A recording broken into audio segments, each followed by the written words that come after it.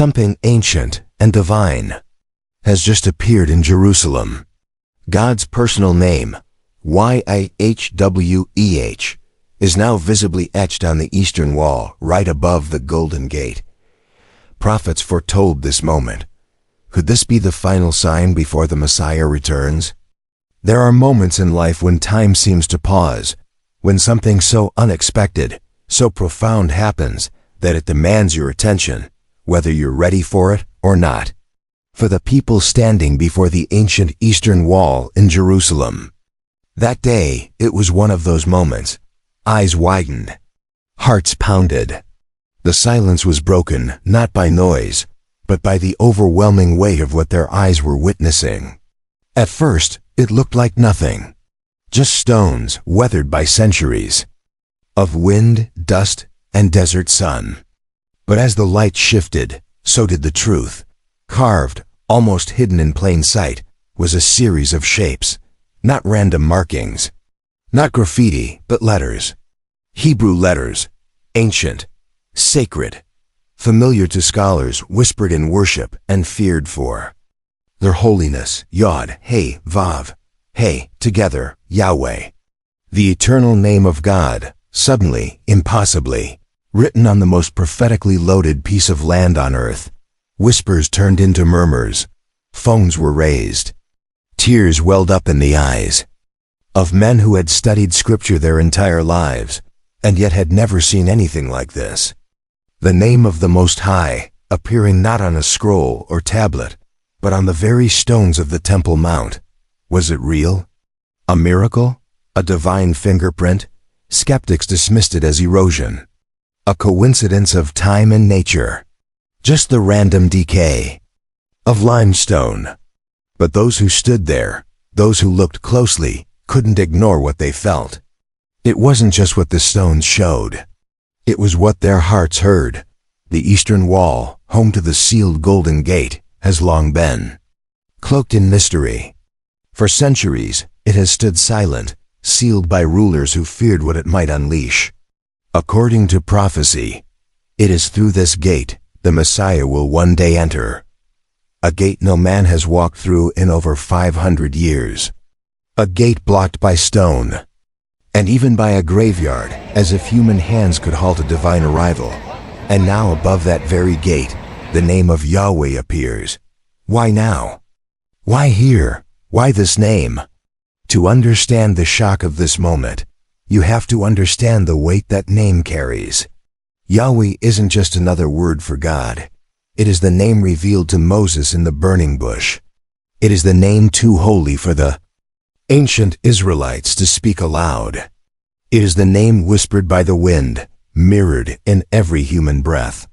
A name meaning I am, unchanging, eternal, self-existent. So when that name shows up on a wall tied directly to messianic prophecy, it doesn't feel like erosion. It feels like a message. Could this be a sign, not just to Jerusalem, but to the world? What if the divine is no longer whispering, but shouting? For generations, believers have studied signs and timelines, watched the heavens and prayed for revelation. But what if God has now etched his message into stone itself? Not with a chisel, but with time, as if centuries of wind and weather were merely his tools to deliver a single word, and not just any word. His name. This isn't the kind of story you can scroll past. It's not clickbait or folklore. It's a confrontation. It's Jerusalem, the city of God, revealing a mystery at the exact place where prophecy says the Messiah will return. The one gate that must open. The one name that cannot be ignored. This inscription doesn't ask for your opinion. It demands your attention. You might be wondering, is it real? Is it fabricated? Could it be explained away? That's not the most important question. The real question is, what if it's true? What if the eternal name of God has just appeared at the very threshold of the King's return? The world is loud, distracted, but in the midst of the chaos, one wall in one city has begun to speak. And what it says may change everything. Asterisk, long before cameras captured the stones, Before drones scanned the skyline and skeptics debated evidence on screens, Jerusalem had already been chosen. Not by kings, not by armies, but by God himself. This wasn't just a strategic hilltop or a prize of empires. It was, and still is, the city of the divine appointment. From the beginning of time, Jerusalem has occupied a space far greater than geography. It is a threshold between heaven and earth. And when God set his eyes on the world, this is the city he called his own. The Bible does not speak vaguely about this. In 1 Kings 9-3, God says to Solomon, "I have consecrated this temple which you have built, by putting my name there forever. My eyes and my heart will always be there." Forever, not for a season, not until destruction or exile, but forever. His name, the sacred, unspoken name placed there intentionally. God wasn't being poetic. He was being literal. And the people who heard those words understood it. Jerusalem became more than capital or kingdom. It became covenant. The epicenter of worship, of pilgrimage, of divine encounter. It was the city where Abraham nearly offered Isaac, where David brought the ark, where Solomon built the temple, and where prophets wept over its coming judgment. Every stone, every gate, every elevation tells a story. And in the center of it all lies the Temple Mount, a place so spiritually charged, it still radiates tension across nations, religions, and centuries. To Jews, it is where the first and second temples stood, the dwelling place of God's presence. To Christians, it is where Jesus taught, wept, and turned over tables. To Muslims, it houses the Dome of the Rock, where tradition says Muhammad ascended to heaven. And yet, beyond all that spiritual significance, there's a promise that still echoes through time. God said his name would dwell here. This makes what has recently appeared on the eastern wall more than just mysterious. It makes it personal, because it ties into a divine claim that predates history books. For centuries, rabbis, scholars, and believers have asked, what did God mean when he said he placed his name here? Was it symbolic? Did it mean he would reside in the temple? Or was it deeper? Could it become visible? That's where this current moment becomes so stunning. If the name Yahweh is truly etched into that stone, if erosion has shaped his identity into rock, then we're not just witnessing a phenomenon. We're watching a promise come to life, not through man's effort, not through architecture or ritual, but through divine orchestration. And in a world where so many question the presence of God, Jerusalem still stands as a city that answers boldly. He never left. His name remains. His eyes are still watching. His heart is still fixed upon it. And through the mystery of stone and prophecy, he may be speaking louder than ever before, because this isn't just about what has appeared. It's about where it appeared. Jerusalem is not random. The Temple Mount is not neutral ground. And the eastern wall, facing the very place the Messiah is said to return, is not just another piece of architecture. This is where God said he would mark his territory. And now, the stones themselves may be confirming it. The name that shaped creation has returned to the city that carries his covenant. And if God's name is showing up again, what might be next? Asterisk, asterisk. There's a gate in Jerusalem unlike any other. It's not the grandest or the most ornate. It doesn't bustle with tourists or gleam with restoration. In fact, it's sealed shut, cold stone packed tight, blocked by centuries of silence. But don't mistake its quiet for insignificance. This gate, known as the Golden Gate, or the Eastern Gate, holds a promise that stretches back through millennia. A promise of a king who will walk through it. A gate reserved for the arrival of the Messiah. The Eastern Gate faces the Mount of Olives, just across the Kidron Valley. According to the prophet Ezekiel, this is the very direction from which the glory of the Lord will return. In Ezekiel 43, 1-4, it says, "Then the man brought me to the gate facing east, and I saw the glory of the God of Israel coming from the east." The glory of the Lord entered the temple through the gate facing east. That's not just poetic imagery, it's prophetic geography. The gate is part of the divine roadmap. But here's where it gets fascinating. That very gate has been sealed for centuries. It was closed by Sultan Suleiman the Magnificent in the 1500s. Why? Because of a prophecy. Islamic tradition held that the Jewish Messiah would enter through that gate. So the Ottomans sealed it shut and built a Muslim cemetery in front of it, hoping that death and tradition would be enough to stop destiny. And yet, the prophecy remains. The Bible never said the gate would stay open. In fact, Ezekiel 44:1-2 says that the eastern gate shall remain shut.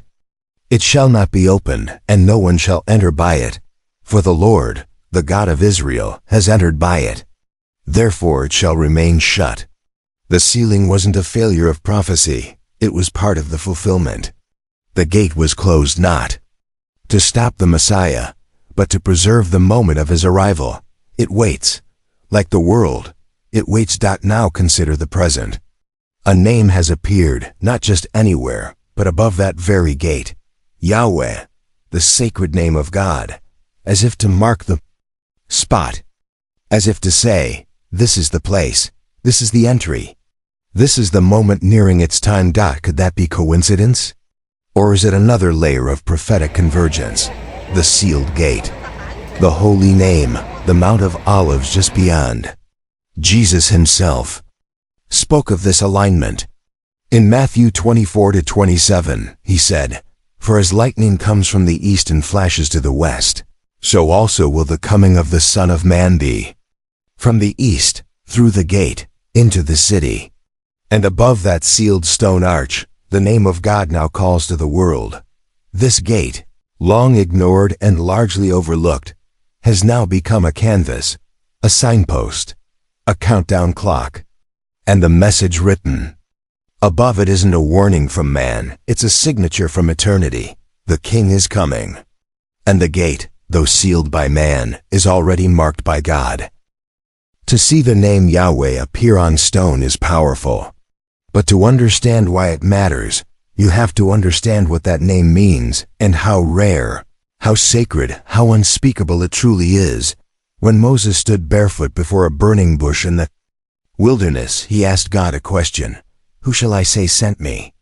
The answer he received wasn't a title or a symbol. It was a name. I am who I am. God continued, "This is my name forever, the name you shall call me from generation to generation." Exodus 3:14-15. In Hebrew, that name is YHWH. Yahweh. This wasn't a name to be used casually. It wasn't to be thrown into greetings or etched into jewelry. It was, and is the personal name of the Creator. So sacred, in fact, that devout Jews refused to say it aloud. They substituted Adonai or Hashem, the name. Even in written scripture, precautions were taken to never defile it. The letters themselves, Yod, He Vav He, are unique. Ancient Jewish mystics believed they mirrored the pattern of human breath. When you inhale, it mimics Yah, and when you exhale, Weh. In other words, from your first breath to your last, you speak the name of God without ever saying a word. Even newborn cries and final gasps bear witness to the one who gave breath in the first place. This name appears nearly 7,000 times in the Hebrew Bible. It is the divine identity, self-existent, eternal, unchanging. He was, He is, He will be. Yahweh is not just a name, it is a revelation. The name is a statement of reality. God is. So imagine the weight of that name appearing on the stone of the Temple Mount, not etched by a priest, not carved by an artist, but slowly revealed, letter by letter, as if time, wind, and providence conspired to unveil it exactly when the world needed a reminder of who reigns. It's one thing to hear the name in Scripture. It's another to see it with your eyes. Could it be that this appearance isn't just a marvel, but a mercy? A reminder that God is not absent, that He still marks His covenant, that even in an age of noise, confusion, and spiritual apathy, He still speaks, through stones if He must. Just as his name once dwelt between the cherubim and the Holy of Holies, it now seems to rest once again in Jerusalem. No longer hidden behind a veil, but standing visible above the very gate where prophecy says the Messiah will walk. The name is holy, the name is alive. And it may now be calling the world back to him. The crowd was electric. Palms waved. Voices rose. Jesus rode into Jerusalem on a humble donkey, fulfilling prophecy with every step. And as the people shouted praises, the religious leaders grew uneasy. They urged him, "Rabbi, rebuke your disciples." But Jesus responded with something strange, something chilling. "I tell you," he said in Luke 19:40, "if they keep quiet, the stones will cry out." It was poetic. Or so we thought. What if it was literal? Jesus wasn't just challenging the Pharisees, he was speaking prophetically. If mankind silences the truth, creation itself will testify. And now, in the city where he spoke those words, the stones may be doing exactly what he said they would. The appearance of the name, Yahweh on the eastern wall, isn't just historical. It's deeply personal to the one who first spoke it into existence. Jesus, as the embodiment of Yahweh in flesh, knew the timeline. He knew the prophecies. And he knew what would be required to awaken the world. If the stones are crying out, what are they saying? Maybe they're shouting that time is short, that the King is returning, that the world cannot continue ignoring what heaven is making clear. And if we don't cry out in worship, then yes, the rocks themselves will carry the message forward. We've entered a time where miracles don't just happen inside churches, they're showing up in ancient walls. This isn't an isolated event. The inscription is just one puzzle piece in a prophetic picture that has been forming for centuries. From Israel's rebirth in 1948 to wars, unrest, temple preparations, red heifers born in Israel. And now, the name of God appearing at the gateway of his return. All of it feels coordinated, converging, inevitable. Zechariah 14:4 says, "On that day his feet will stand on the Mount of Olives." Revelation 14 speaks of the Lamb standing with 144,000, with the name of God written on their foreheads. It's as if what was once written on scrolls is now being written on stones, and soon, on people. Jesus said in Matthew 24 that there would be signs, earthquakes, wars, deception, and an increase in wickedness. But also that the gospel would go to all nations, and then the end would come. Look around. The signs are not vague anymore. They're vivid, clear, unfolding before our eyes. What once felt like prophecy for the distant future now feels like a live broadcast. And Yahweh's name above the sealed gate is more than symbolic, it's strategic. It tells us that the one who was and is to come is almost here. This isn't just a moment for wonder, it's a moment for decision. If Yahweh's name is truly appearing in Jerusalem, if prophecy is unfolding at the gate of the city, then this message isn't meant to impress you. It's meant to prepare you. The question isn't, is it real? The question is, what will you do with it? God is calling. Through stones, through signs, through the sacred city he claimed as his own, and through the name that every breath of your life has spoken without you even realizing it. He's not asking for religion. He's not calling you to ritual. He's inviting you into covenant. The King is coming. The gate won't stay sealed forever. And when it opens, everything changes. Let his name not only be written on a wall, but on your heart, because that's where the real preparation begins. Will you be ready when he comes? The name is no longer hidden. The wall is no longer silent. Yahweh has written his name where prophecy says the King will return. But the greater question is his name written on your heart? If this message moved you, subscribe, like, and share, because the gate is sealed, but not for long. The time is now. The King is coming.